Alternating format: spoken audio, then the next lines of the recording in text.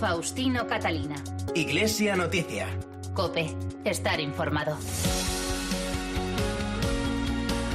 Saludos amigos, muy buenos días en este primer día y primer domingo de diciembre, también primer domingo del Adviento, a esta hora en la que llega el tiempo para contarles en estos próximos minutos los principales asuntos de la actualidad eclesial de estas jornadas, minutos de radio que nos llevarán como cada 7 días hasta las 9 de la mañana con la transmisión de la Santa Misa desde Toledo. Y ahora, para comenzar esta edición de Iglesia Noticia, que hacemos con Guillermo Gómez y Óscar Gómez en el control de sonido y Nacho de Gamón y Amparo Latre en la redacción, un adelanto en estos titulares. El martes finalizó el viaje del Papa a Tailandia y Japón, donde condenó el uso y la posesión de armas atómicas. Francisco dijo que es una inmoralidad y un crimen contra el hombre y su futuro en la Tierra el uso de la energía atómica con fines bélicos, así como la fabricación, posesión y venta de armas. El Papa visitará hoy el santuario de Grecio, donde presentará una carta sobre el significado del pesebre. Los obispos de Aragón han publicado una pastoral conjunta sobre la despoblación y el trabajo de la Iglesia en el mundo rural. Hoy finalizan en el Escorial las Jornadas Nacionales de Pastoral Obrera. En una carta pastoral titulada El Black Friday de los pobres, el cardenal arzobispo de Barcelona, Juan José Omella, hace una llamada al consumo responsable. Varias entidades católicas organizan actividades con motivo de la Cumbre del Clima para concienciar a la sociedad de su necesario compromiso en el cuidado de nuestro planeta. Faustino Catalina. Iglesia Noticia. COPE. Estar informado. El martes finalizó el viaje del Papa Francisco a Tailandia y Japón tras recorrer miles de kilómetros y encontrarse con las pequeñas comunidades católicas de aquellos países, así como con representantes de otras confesiones religiosas. Un viaje del que hizo balance en la audiencia general del miércoles, en el que recordó, entre otras cosas, cómo en Nagasaki e Hiroshima renovó su condena a las armas nucleares y la hipocresía de hablar de paz construyendo y vendiendo armas. También lamentó el vacío espiritual que sufren los jóvenes y la necesidad de amar y proteger la vida, ya que la grave amenaza hoy en los países desarrollados es la pérdida del sentido de vivir. Pues vamos a recordar el balance de este viaje, del que habló Francisco también en la habitual rueda de prensa en el regreso a Roma, con la crónica de la corresponsal de COPE en el Vaticano, Eva Fernández. Buenos días. Buenos días. Sin apenas permitirse un momento al descanso, el Papa no faltó a su cita en la audiencia de los miércoles y, tal como acostumbra, al regreso de cada viaje aprovechó para hacer balance, asegurando que todo lo vivido en estos días ha sido un don por el que está muy agradecido y que esta visita ha aumentado su cercanía y afecto a estos pueblos. A todos los invito a rezar por los dos países que he visitado, Tailandia y Japón, para que sigan progresando en senda de paz y justicia, y a los católicos les conceda el don de la perseverancia, siguiendo el ejemplo de los santos mártires. Tal como también recordaba en la rueda de prensa durante el vuelo de regreso, en Nagasaki e Hiroshima reiteró la firme condena a las armas nucleares. He reiterado que el uso de las armas nucleares es inmoral. Esto debe quedar claro en el Catecismo de la Iglesia Católica, y no solo el uso, sino la posesión de estas armas. Uno de los momentos del viaje que más ha impresionado al Papa han sido sus encuentros con los ancianos supervivientes del bombardeo atómico y con las víctimas del triple desastre, el terremoto, tsunami y la fuga radiactiva de la central de Fukushima. Respecto a la etapa del viaje en Tailandia, Francisco destacó su visita al Patriarca Supremo de los Budistas y el encuentro interreligioso en la mayor universidad del país. Al cabo de 7 días de un viaje agotador, el Papa regresa satisfecho y muy agradecido porque, a pesar de que los cristianos son una minoría en estos países, su presencia se siente y la sociedad tiene en gran estima a la Iglesia Católica. Tras la visita del Papa, el obispo auxiliar de Osaka, el claretiano español José María Abella, nos habló en el espejo de COPE del mensaje para la protección de la vida que dejó Francisco. Nos centramos en este tema, ¿no? Digamos, proteger cualquier tipo de vida. Y esto lo hicimos pues por muchos motivos. Precisamente la situación de guerra, ¿no? El deseo de paz, la experiencia de la bomba atómica en Hiroshima y Nagasaki, ciertamente fueron uno de los motivos que nos impulsaron a ello. Pero también todo este aspecto ecológico que aquí hemos vivido de un modo muy fuerte después del desastre nuclear de Fukushima, que provocó muchos muertos y que hace que toda la vida en torno a lo que era esta zona tenga que esperar para poder resurgir, ¿no? Luego también la cuestión de los suicidios de los jóvenes. sea, no solo la vida en cuanto así físicamente, ¿no? Sino incluso, digamos, vivir la vida con sentido, ¿no? Proteger la vida, no solo proteger físicamente que no sea uno asesinado, sino realmente que la vida de cada uno se pueda vivir con sentido, ¿no? También destacó José María Abella la memoria de los mártires de Japón, que es un antídoto frente al desaliento y cuyo recuerdo es un elemento muy importante para las comunidades locales. Bueno, sobre todo en la zona de Nagasaki, pero no solo, porque ha habido mártires en muchas zonas de Japón, ¿no? En Nagasaki, el lugar donde hubo más, ¿no? Donde estaba también más arraigada la fe cristiana en aquel momento, ¿no? No, ciertamente la memoria de los mártires es un factor importante, digamos, en el corazón de cada cristiano y en el camino de las comunidades. Nosotros lo recordamos con frecuencia, aquí se celebra cada año, ¿no?, la memoria de los 26 mártires, luego aquí en la diócesis de Osaka, de Takayama Okon, que fue beatificado hace 4 años, y siempre es un aliciente que nos hace preguntar, ¿no?, cómo asumimos hoy los desafíos que ellos asumieron en otro contexto. Y en Iglesia Noticia es el momento para el comentario desde Roma de Antonio Pelayo, hoy sobre los mensajes que el Papa ha dejado en Japón. Buenos días, Antonio. Buenos días. El pasado domingo tuve ocasión de comentar la visita de Francisco a Tailandia y hoy me toca hacer lo mismo con la segunda etapa de su viaje, es decir, Japón. Aunque todas las comparaciones son odiosas, es obvio que la jornada del Papa en Nagasaki e Hiroshima ha sido el culmen de su presencia en los dos países del sureste asiático. Hace 74 años el presidente Truman dio la orden de bombardear las dos ciudades antes citadas con bombas atómicas sarcásticamente llamadas Hombre Gordo la primera y Chico Pequeño la segunda.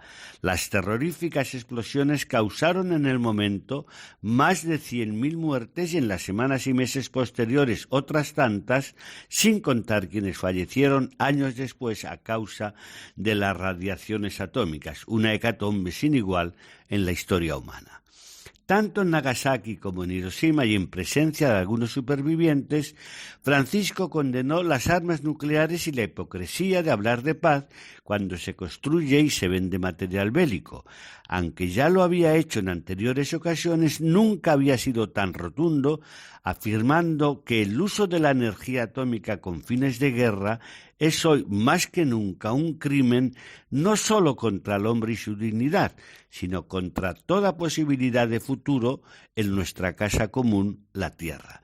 Pero aún dio un paso más allá al condenar como inmoral no solo el uso de la energía atómica con fines de guerra, sino la fabricación, posesión, modernización y venta de artefactos tan terroríficos. En su opinión, el dinero que se gasta y las fortunas que se ganan con la carrera armamentista deberían emplearse para ayudar a los millones de niños y familias que viven en condiciones infrahumanas.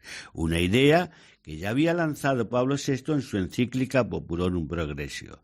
En su conferencia de prensa en el avión que nos conducía de regreso a Roma, el Papa recordó la certera y escalofriante frase de Albert Einstein: «No sé cómo será la Tercera Guerra Mundial, solo sé que la cuarta será con piedras y lanzas». Esa catástrofe apocalíptica es la que Bergoglio quiere evitar. Desde Roma les ha hablado Antonio Pelayo. Gracias, Antonio. Con el inicio del Adviento, en este primer domingo de este tiempo litúrgico, el Papa Francisco visita la localidad italiana de Greccio, donde publicará una carta sobre el significado del pesebre navideño. Recordamos también la audiencia concedida por el Papa a una fundación comprometida en la promoción del diálogo entre las culturas y los pueblos. Eva Fernández, cuéntanos. Sí, hoy estamos todos a la espera del mensaje que el Papa hará público desde esta pequeña población italiana para ayudarnos a profundizar sobre el misterio del pesebre. La comunidad franciscana dará la bienvenida al Papa en el interior de la gruta, donde en 1223 San Francisco celebró la Navidad montando el primer pesebre con heno, junto con un buey y un asno, representando el establo de Belén. A partir de ahí se inició la tradición popular de instalar el portal de Belén para preparar la Navidad. Y efectivamente el Papa también ha recibido esta semana a una fundación dedicada a la construcción del diálogo y el fomento del entendimiento entendimiento entre culturas y pueblos.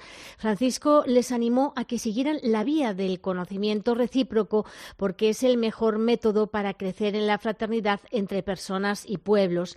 Por cierto, que en esta semana al Papa también le ha dado tiempo de visitar las oficinas de Cáritas de Roma para encontrarse con los voluntarios y con las personas a las que ellos prestan ayuda. Más noticias en el Vaticano. Al reciente nombramiento del jesuita español Juan Antonio Guerrero como prefecto de la Secretaría para la Economía de la Santa Sede se une el publicado esta semana de Carmelo Barbagallo como nuevo presidente de la Autoridad de Información Financiera de la Ciudad del Vaticano. Cuéntanos, Eva. Se le considera uno de los mayores expertos en cuestión de vigilancia bancaria y financiera que existe en estos momentos en Italia. Para que nos hagamos una idea, la Autoridad de Información Financiera es el organismo encargado de la vigilancia de la Santa Sede en lo que se refiere a las finanzas y también del Estado de la Ciudad del Vaticano. Entre sus competencias se encuentra la prevención y persecución de delitos financieros. Por eso el Papa, tal como confirmó durante la rueda de prensa al regreso del viaje a Tailandia y Japón, ha puesto mucho interés en este nombramiento para que sea el propio Vaticano desde dentro quien siga destapando las irregularidades en la misma línea de limpieza que ya había iniciado Benedicto XVI. Carmelo Barbagallo, en las primeras declaraciones a Vatican News, ha asegurado que intentará aportar toda la experiencia acumulada en 40 años de trabajo en la Banca de Italia como inspector jefe de la vigilancia del sistema bancario y en el ámbito del sistema de supervisión bancaria. Su deseo es que todos los movimientos financieros en los que la Santa Sede está comprometida sean transparentes y, por supuesto, respeten los estándares internacionales. Muchas gracias, Eva. Antes de contarles la actualidad eclesial en España, recordamos que el Papa ha reconocido el martirio del siervo de Dios Cayetano Jiménez Martín y de 15 compañeros asesinados por odio a la fe durante la Guerra Civil, así como las virtudes heroicas de la carmelita descalza Ana de Jesús, discípula directa de Santa Teresa. Faustino Catalina. Iglesia Noticia. COPE. Estar informado. En UMAS llevamos 35 años asegurando instituciones religiosas y entidades de labor social. La especialización es uno de nuestros mejores valores. Queremos escucharle y formar parte de su proyecto. UMAS, su mutua de seguros. Intergentes, tus desplegables para conocer cuestiones esenciales de la fe, los sacramentos, los tiempos litúrgicos, la espiritualidad o la enseñanza de la Iglesia. Visítanos e infórmate en intergentes.es. El Papa Francisco está generando una revolución. ¿Cómo afecta la política del gobierno a la Iglesia? Léelo en la revista Vida Nueva. Suscríbete a Vida Nueva e infórmate cada semana de la actualidad de la Iglesia. Entra en vidanuevadigital.com y tendrás un 20% de descuento. Recíbela en casa por menos de 8 euros al mes. ¿Qué ganas tengo de una vida nueva? Faustino Catalina. Iglesia Noticia. COPE. Estar informado.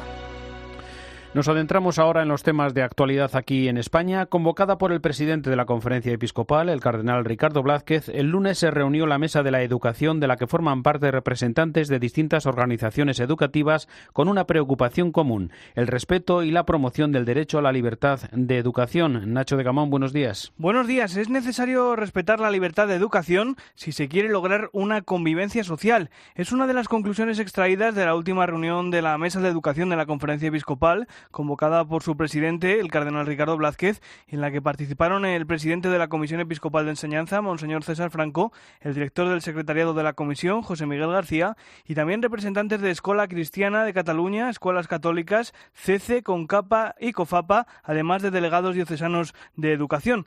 En el comunicado recuerdan que la libertad de educación es un derecho fundamental que tienen los padres y que está reconocido por la Constitución. Además, abogan por el diálogo con los diferentes agentes implicados en la educación para llegar a acuerdos. Begoña Ladrón de Guevara, representante de COFAPA. Nuestra valoración es positiva porque creemos que en educación lo que necesitamos son momentos de encuentro, encontrarnos con las distintas instituciones y que entre todos lleguemos a acuerdos comunes y cómo entre todos podemos llegar a buscar esa defensa de la libertad, a defender ese derecho de los padres a la educación de sus hijos. Para promover ese derecho, desde esta mesa de educación recuerdan que es importante ofrecer una buena educación desde los colegios, ya sean privados, concertados o estatales, que favorezca un clima de paz y construcción del bien común en lugar de la confrontación y la división. El martes se presentó la carta pastoral conjunta de los obispos de las diócesis aragonesas que, con el título Nazaret era un pueblo pequeño, quiere lanzar un mensaje de esperanza para la acción pastoral en los pueblos con pocos habitantes en la comunidad aragonesa. COPE Zaragoza, Ana Abad, buenos días. Buenos días. Nazaret era un pueblo pequeño, es la carta pastoral que quiere poner voz a la España vaciada. En ella se han unido las 6 diócesis aragonesas que piden a las administraciones que se siga trabajando contra la despoblación. Antonio Gómez, obispo de Teruel y Albarracín. Alentamos a todos a que estemos atentos a estas pequeñas poblaciones, ya que pueden ser un pequeño resto de lo que fueron, pero nunca les gustaría llegar a ser un residuo. Se recogen 122 puntos con medidas para orientar la evangelización en los territorios despoblados, entre ellas impulsar las unidades pastorales con grupos de trabajo de Cáritas o Manos Unidas y también fomentar el papel de los animadores de la comunidad que llevan la Eucaristía allí donde no hay sacerdotes. La mujer realiza una labor fundamental. El arzobispo de Zaragoza, don Vicente Jiménez. Tiene un papel muy importante y en los pueblos también tienen mucha creatividad. Muchas de las asociaciones las lideran las mujeres. En Aragón hay 300 sacerdotes rurales, algunos de ellos tienen a su cargo hasta 28 municipios. Cáritas y la Delegación de Migraciones de la Diócesis de Málaga han salido al paso tras el naufragio de una patera en la que viajaban 78 personas. En un comunicado recuerdan que no se puede permitir que la frecuencia de estas tragedias terminen insensibilizándonos. COPE Málaga, Carmen Cerván, buenos días. Buenos días. En el comunicado se muestra el profundo dolor por la muerte de estas personas y se envía un mensaje de solidaridad a los familiares de los fallecidos. Hay también un mensaje para aquellas personas e instituciones que se encargan de rescatar y acoger a los inmigrantes. Reconocimiento a la inestimable labor que realizan. La Delegación de Migraciones y Cáritas Diocesana de Málaga quiere lanzar una advertencia. No podemos permitir que la frecuencia de estas tragedias terminen por insensibilizarnos. Como dijo el Papa Francisco, la indiferencia y el silencio abren el camino a la complicidad cuando vemos como espectadores a los muertos por sofocamiento, penurias, violencias y naufragios. Y una denuncia contra las situaciones de injusticia que impulsan a esas personas a dejar a su familia y también a su tierra buscando un futuro mejor. El obispo emérito de Ciudad Real y responsable del Departamento de Pastoral Obrera en la Conferencia Episcopal, Antonio Algora, clausura este mediodía en el Escorial las Jornadas Generales de Pastoral Obrera. En ellas se han celebrado los 25 años del documento La Pastoral Obrera de toda la Iglesia y se han concretado algunas líneas de trabajo para el futuro. El director del Departamento de Pastoral Obrera es Juan Fernández de la Cueva. Que en 1994 la Conferencia Episcopal editó un documento que se llama La Pastoral Obrera de toda la Iglesia, que reconocía que el mundo del trabajo, el mundo obrero, tiene una desigualdad enorme respecto al capital, que es lo que se llamaba antes el mundo obrero, y por otro lado que quería trabajar por lo menos en la dirección de que la Iglesia estuviera presente en el mundo del trabajo y el mundo del trabajo estuviera presente en la Iglesia, porque a veces había una especie de disociación o de divorcio. Esta vez, con motivo de que es el 25 aniversario, pues hemos dicho que vengan no solamente los que somos delegados o trabajamos sino simpatizantes, gente que está en esta misma línea, aunque no esté súper organizado o que no estemos coordinados del todo. Nos detenemos ahora en el informe FOESA de Cáritas sobre la Comunidad de Madrid, que arroja unos datos preocupantes sobre la situación de pobreza que sufren muchos ciudadanos, como nos cuenta Ramón García Pellegrín. Buenos días. Buenos días. 1 millón de personas en riesgo de exclusión en Madrid, muchas de ellas con trabajo precario. Ser mileurista ahora es casi un sueño para muchos. Guillermo Fernández Maillo, responsable del informe FOESA de Cáritas. Ahora ser mileurista sería casi un deseo, ¿no? Sin embargo, esa situación todavía se ha precarizado mucho más. Madrid es un lugar de oportunidades, un lugar muy importante de oportunidades, pero de alguna manera también es un lugar donde se acumula gran parte del empleo precario. El rostro de la pobreza en la Comunidad de Madrid presenta muchos perfiles. No hablamos solamente de la persona que cuando vamos paseando por Madrid vemos durmiendo en un banco, las personas que en este momento se acumulan delante del SAMUR social, que no tienen sitio de dormir. Estamos pensando también en una vecina que vive en nuestra casa, que es una persona mayor, que se ha roto la cadera, que sus hijos ya no están en Madrid, que no tiene familia a su alrededor, que nadie puede bajar a hacerle la compra, que tiene que arreglar su casa, pero su pensión no le da para arreglarla, se va empeorando las condiciones de vida, le va afectando la salud. Aunque el número de personas en riesgo de exclusión en la región madrileña ha descendido respecto al último estudio de 2014. Lo que sí es cierto es que ha aumentado la brecha entre los más ricos y los más pobres. Esa desigualdad de renta es la más elevada del conjunto de España en términos de los más ricos y los más pobres. Que no solamente es una desigualdad entre ricos y pobres, sino que es una desigualdad multidimensional ante muchos aspectos de la vida. Los factores de exclusión más determinantes en la Comunidad de Madrid son, por este orden, la vivienda, el empleo y la salud, según este informe de Cáritas elaborado por 125 investigadores de 30 universidades. El cardenal arzobispo de Barcelona, Juan José Omella, hace una llamada al consumo responsable en una carta pastoral que titula El Black Friday de los pobres. Iniciativas como el Black Friday contribuyen a normalizar un consumo exagerado, a consumir por consumir, no por necesidad. Y esa es la tendencia general. El Papa ha cuestionado la economía actual, una economía sin un rostro y sin un objetivo verdaderamente humano, que promueve un consumo extremo. Ha denunciado en varias ocasiones lo que él llama la cultura del descarte, que considera al ser humano en sí mismo como un bien de consumo que se puede usar y luego tirar. Estamos hablando de ancianos, pobres, discapacitados o parados de larga duración. ¿Vamos a permitir que se les considere como bienes de consumo, de usar y tirar? Como cristianos debemos reflexionar sobre el consumo. No se trata de renunciar a consumir, sino de comprar lo que realmente es necesario. Creo que en este inicio del tiempo de Adviento sería bueno dedicar un poco de tiempo diario a plantearnos una vida más sostenible, con un consumo más responsable y solidario. El martes se celebró en Vigo una reunión de los obispos de la provincia eclesiástica de Santiago y los prelados de la provincia eclesiástica de Braga. Se trata de una de las reuniones habituales de los obispos de Galicia y de la región del norte de Portugal, en la que se intercambian experiencias pastorales y se tratan diversos asuntos de interés común, como la evangelización de los jóvenes. En su carta pastoral para este primer domingo de Adviento, el arzobispo de Toledo, Braulio Rodríguez, plantea cómo peregrinar como peregrinos o turistas en el camino de este tiempo litúrgico que nos conduce a la Navidad. COPE Toledo, Cristóbal Cabezas. Buenos días. Buenos días. Don Braulio Rodríguez explica que nuestra vida es un camino que hay que andar. No podemos quedarnos quietos, pero hay, eso sí, varias maneras de encarar este camino. Una forma es el vagabundeo, cuando uno no sabe a dónde ir. Otra forma de caminar es la del turista, que da vueltas por un territorio concreto para ver lo que considera que merece la pena ser visitado. Y hay también otro modo de caminar, el que recorre el peregrino. El peregrino sí tiene una meta y, por tanto, sabe dónde tiene que ir, posee una orientación. El arzobispo de Toledo, por tanto, se pregunta si sabemos cómo queremos movernos en la vida, como vagabundos, turistas o peregrinos. Buenas preguntas, subraya, para hacérnoslas ahora que en la liturgia de la Iglesia empieza el tiempo del Adviento, en el que caminamos hasta encontrarnos con Jesucristo. El también primado de España incide en que el encuentro con Jesucristo, que está para llegar de nuevo, es la verdadera meta de nuestra peregrinación en la vida. El ser humano no es por ello un vagabundo y un turista, sin que tengamos nada ni contra uno ni por supuesto contra el otro. También el cristiano es un peregrino porque tiene la posibilidad de encontrarse con el Señor. Las organizaciones salesianas han presentado sus iniciativas ante la Semana del Clima con el fin de recordar que el cambio climático requiere medidas urgentes ante el impacto de las amenazas externas. Koldo Gutiérrez es el director del Centro Nacional Salesiano de Pastoral Juvenil. Que el tema de la ecología es un tema pedagógico de la educación y también es un tema que repercute en la propia espiritualidad.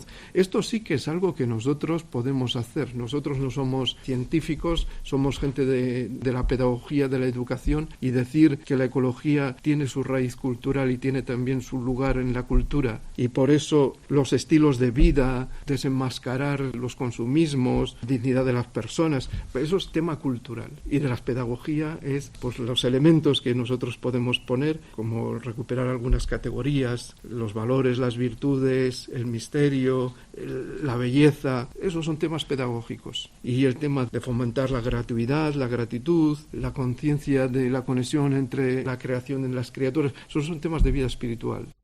En el marco de la Cumbre del Clima, diversas organizaciones vinculadas a la Iglesia han convocado un encuentro con el lema La Cumbre del Cambio Climático y el Cuidado de la Casa Común.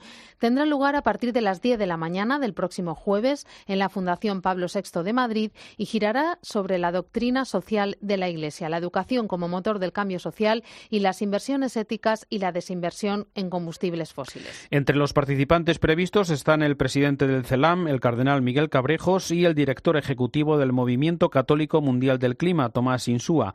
Además, el viernes tendrá lugar en la parroquia de San Jerónimo el Real una oración por el cuidado de la casa común y desde allí partirá una marcha que se unirá a la convocatoria general convocada por la Alianza por el Clima.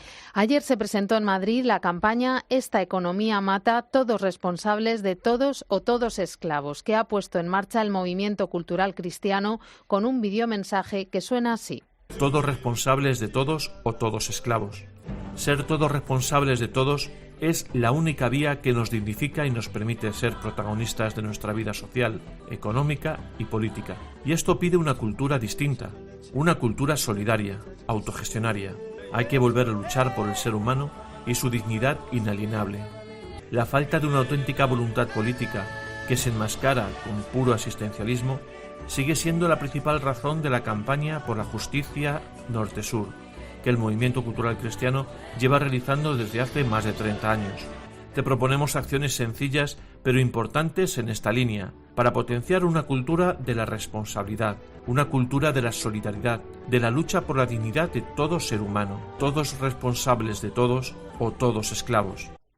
La Congregación de las Escuelas Pías ha presentado en 10 volúmenes la obra con todos los escritos de su fundador, San José de Calassanç, desde 1588 hasta 1648. Unos escritos que nos acercan a sus aspiraciones y su honda espiritualidad, como nos contó en COPE el padre Pedro Aguado, general de los Escolapios. Y en Roma se encuentra con los niños pobres, y eso le cambia la vida. Y en el año 1597 exactamente da comienzo a la primera escuela popular cristiana organizada como tal de la historia de la Iglesia, en Roma. Es el pionero de la educación popular y durante 20 años trabaja a fondo para crear la orden religiosa que es erigida en el año 1617 como congregación. Yo diría que Calassanç es ante todo un sacerdote religioso, educador, santo y fundador. Y abre un camino nuevo, el camino de la educación para todos en un momento en que nadie creía en eso. La educación era un patrimonio de algunos privilegiados, ¿no? Su principal aportación es la escuela y los desafíos que supone como principal herramienta para cambiar el mundo. Fue el que inventó la escuela, digamos, la escuela popular para todos. Y lo específico es eso, su propuesta es la escuela y su regalo es la escuela.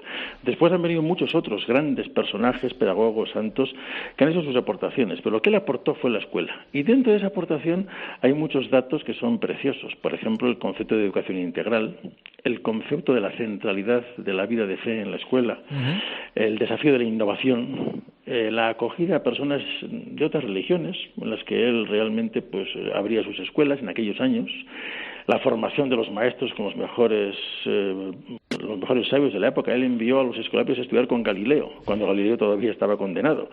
Es decir, es el inventor de la escuela, pero el inventor de una escuela popular, integral, que él la entendía como la mejor herramienta para cambiar el mundo. El obispo de Getafe, Ginés García Beltrán, reflexiona en su pastoral de este domingo sobre la esperanza en este tiempo litúrgico de Adviento que nos lleva a la Navidad. La esperanza es una virtud que viene de Dios. La esperanza es una virtud que llena mi vida. No se puede vivir con los brazos cruzados y sentado en el sofá de casa. Tengo que vivirla activamente. La esperanza que llena el corazón del hombre y que le hace ver mucho más allá. Esperanza hace referencia a futuro, y el futuro no es algo. El futuro es alguien, es Dios. En la medida en que creo que no todo está acabado en mi vida, sino que todo puede cambiar, que todo puede ser mejor, entonces estoy abierto a la esperanza en Dios. Esperar es esperar con los brazos abiertos, con los brazos subidos al cielo. Esperar es saber que Dios va a venir, estar seguro que Dios va a venir. Terminamos así el informativo Iglesia Noticia, programa 1648 de este domingo, 1 de diciembre de 2019, primero del Adviento. Agradecemos su compañía, escucha y fidelidad. Como ha certificado el último estudio general de medios, llega ya la última hora de la actualidad en España y el mundo, después la Santa Misa. Un saludo de Faustino Catalina.